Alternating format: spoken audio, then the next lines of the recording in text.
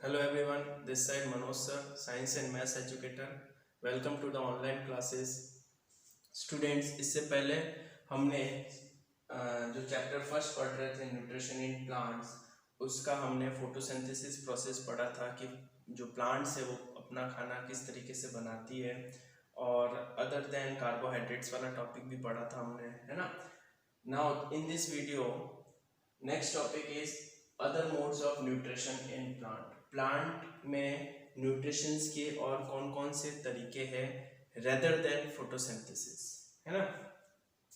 So plants which do not contain chlorophyll depends on other living organism for their foods. मतलब कि ऐसे plant जिनके अंदर chlorophyll नहीं प्रेजेंट होता. अब क्लोरोफिल क्या होता है मैंने आप लोगों को बताया था, एक ग्रीन कलर का पिगमेंट होता है ना, जो कि जिस वजह से प्लांट जो है ग्रीन कलर का हमें दिखता है. और ग्रीन कलर के पिगमेंट प्रेजेंट होने की वजह से ही क्या होता है, फोटोसिंथेसिस हो पाता है, प्लांट जो है खुद खाना बना पाती है. तो कुछ ऐसे प्लांट्स होते हैं जिनके अंदर ये ग्रीन कलर के पिगमेंट प्रेजेंट नहीं होते हैं, तो ऑब्वियसली वो फोटोसिंथेसिस नहीं प्रोसेस कर पाते, खाना नहीं बना पाते. तो वो क्या करते हैं, दूसरे लिविंग ऑर्गेनिजम्स के ऊपर क्या होते हैं, डिपेंड होते हैं. ठीक है ना. तो it's depend on the other living organism for their food. ये चीज हमें देखनी है. ठीक है ना. It means plants which do not contain chlorophyll are heterotrophs. अब ऑटोट्रॉफ्स हेटेरोट्रॉफ्स हमने पढ़ रखा है. ऑटोट्रॉफ्स जो खुद खाना बनाते हैं, हेटेरोट्रॉफ्स जो दूसरे के ऊपर डिपेंड होते हैं. तो ऐसे प्लांट्स जो जिनके अंदर क्लोरोफिल प्रेजेंट नहीं होता है, इट मीन्स फोटोसिंथेसिस नहीं होता है, तो उनको हम बोलते हैं हेटेरोट्रॉफ्स. और उनके मोड ऑफ न्यूट्रिशंस को बोलते हैं ऑटोट्रॉपिक न्यूट्रिशंस, है ना. ऑटोट्रॉपिक न्यूट्रिशंस हमने पढ़ा था कि खुद खाना बनाने वाले जो प्लांट्स होते हैं जो अपना खाना खुद बनाते हैं वो ऑटोट्रॉपिक न्यूट्रिशन. उनका मोड ऑफ न्यूट्रिशंस क्या होता है, ऑटोट्रॉपिक. Auto means self. उसी तरह से हेटेरोट्रॉपिक जो खुद खाना बनाते नहीं और दूसरे के ऊपर डिपेंड होते हैं, तो उनका मोड ऑफ न्यूट्रिशंस क्या होता है, हेटेरोट्रॉपिक न्यूट्रिशन. जैसे हम ह्यूमन बींग्स भी हेटेरोट्रॉपिक न्यूट्रिशंस डिपेंड है, क्योंकि हम खाना खुद नहीं बनाते. प्लांट उगेगा, दाल चावल वगैरह जो है ग्रो होंगे, तभी हम खा पाएंगे उसको, है ना. तो we human are also come in heterotrophic nutritions, mode of nutritions, right. Herbivorous animals depend directly on plants for their nutrition. Herbivorous animals जो सिर्फ plants खाते हैं वो डायरेक्टली किसके ऊपर डिपेंडेंट है, प्लांट्स. अगर पूरी दुनिया में प्लांट्स ही नहीं होंगे, पेड़ पौधे नहीं होंगे, तो हर्बिवोरस टाइप के जो एनिमल्स है वो जिंदा नहीं रह पाएंगे. क्यों? क्योंकि उनका खाना ही प्रेजेंट नहीं है पूरे यूनिवर्स में. ठीक है ना. Carnivorous depend on other animals which in terms depend on plants. Carnivorous ऐसे होते हैं जो दूसरे एनिमल्स के ऊपर डिपेंडेंट है, प्लांट्स के ऊपर भी डिपेंडेंट है ना, which in turn depend on plants. ठीक है ना. Another topic is some non-green plants live on other living organisms derive their food from them.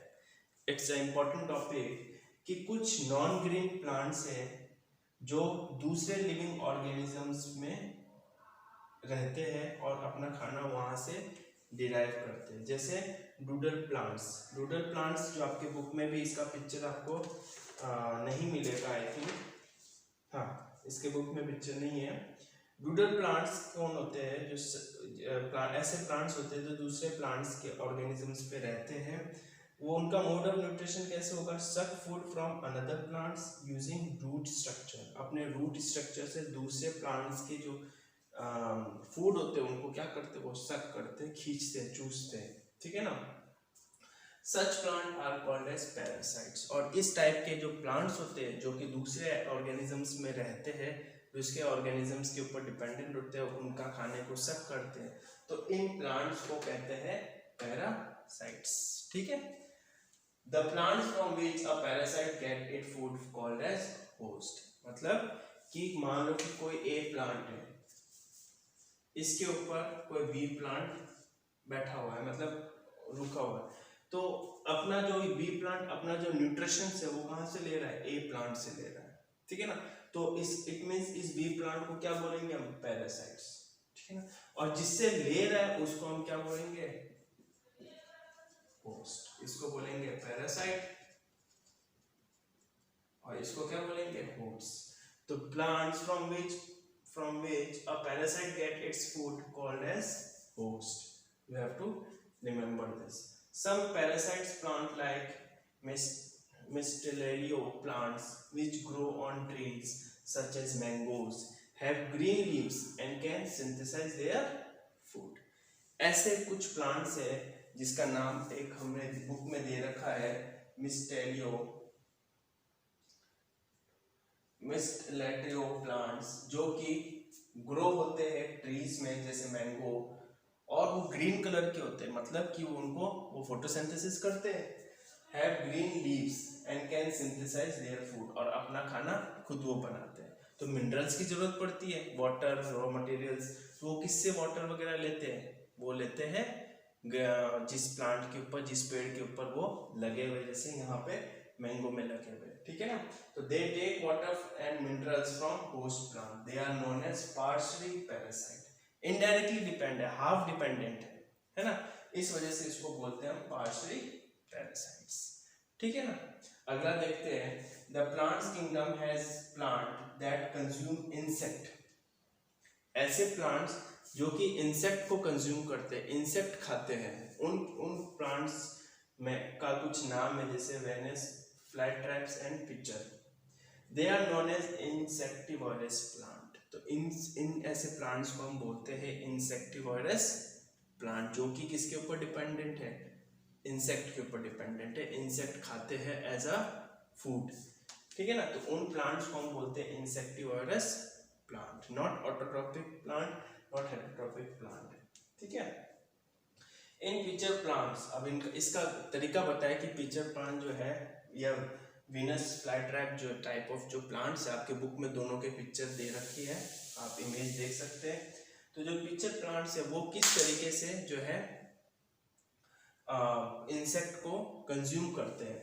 They are hairy pointed downward, उनके अंदर जो है ऐसे बॉक्स टाइप बना रहता है, इस तरीके से आपने देखा होगा, ऐसे बना हुआ है पिचर प्लांट। तो इसके अंदर क्या है कि यहाँ पे हेयर टाइप बने हुए, थोड़ा हेयर टाइप लग रहा है, हेयर्स मतलब बड़े बड़े छोटे, मतलब बहुत पतले पतले रूट्स टाइप होते हैं, हेयर टाइप जिसको बोलते हैं। When an insect enter in the pitcher plant, जैसे इंसेक्ट जो है पिचर प्लांट में एंटर करता है, तो अंदर जो हेयर है वो उसमें वो क्या होता है, फंस जाता है, और जैसे ही फंस जाता है वो क्या करता है, वहां पे ऊपर से एक कवर टाइप होता है, वो क्या होता है, बंद हो जाता है, जिससे अंदर वो फंस जाता है और वो इंसेक्ट को कंज्यूम कर लेता है, खा लेता है। तो when insect enter in the pitcher plants, the lid close to trap the insect and get entangled in the air। तो जैसे वो ट्रैप हो जाता है, जाल जैसा होता है, जाल में फंस जाता है, और ऊपर से क्या होता है, पूरी तरह से बंद हो जाता है अपने आप प्लांट, और अंदर ही अंदर वो उसको क्या कर देता है, इंसेक्ट को कंज्यूम कर लेता है। तो इस तरीके से जो है Venus fly trap and pitcher जो है अपना खाना इंसेक्ट से लेते हैं, ठीक है ना। इस वजह से इन प्लांट्स को हम बोलते हैं इंसेक्टिवोरस प्लांट्स। तो हमने अलग अलग तरीका पढ़ लिया कि फोटोसिंथेसिस, मोड ऑफ न्यूट्रिशन देख लिया हमने, अदर मोड ऑफ न्यूट्रिशन देख लिया, उसके बाद हमने पैरासाइट्स वाले प्लांट्स देख लिए कि ऐसे प्लांट्स जो कि दूसरे ऑर्गेनिजम्स के ऊपर होते हैं, और वो अपने जो मिनरल्स होते हैं उन दूसरे ऑर्गेनिज्म से अपने अंदर लेते हैं।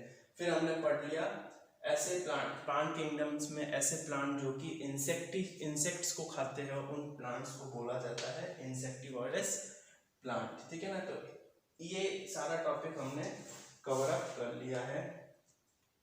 नेक्स्ट टॉपिक हमारा जो होगा वो सैप्रोफोट होगा, जो कि हम नेक्स्ट वीडियो में कंप्लीट करेंगे, ठीक है ना। होमवर्क आपका देख लो, read page number 11 and 12 of chapter 1 होगा, ठीक है। Thank you.